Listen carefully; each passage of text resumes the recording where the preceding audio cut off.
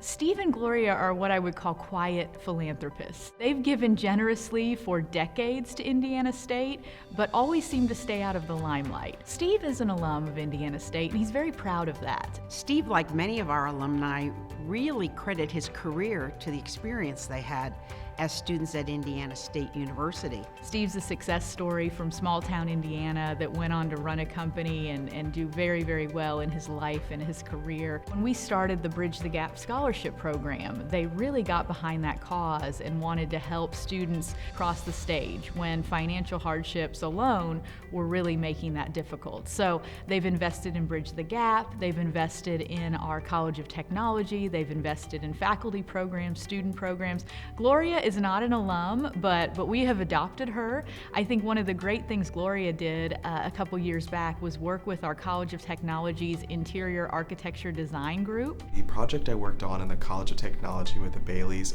was to bring light to the atrium space that was deemed not really used by students. So as part of IDEA, it was our task to figure out how we can make the space more inviting. IDEA stands for Interior Designers Embracing Architecture. It's a student organization on campus focused on just architecture design. Mrs. Bailey was very super excited about being part of the process. That after she saw the students' ideas, she was really impressed and just really want to work with them and help them out. And Gloria played a huge role in designing that project and helping our students with that experiential learning opportunity. The process was, once we visited the space, we as a group kind of collected ideas of what we needed to change, kind of figuring out what works best in the space and how to keep it still open for flow, but also to create that more intimate and study environment for students. The impact of it, just the changes that was made between lighting and materials and even seating and that, it's just been huge. I mean, it's a much more utilized space than it was previously.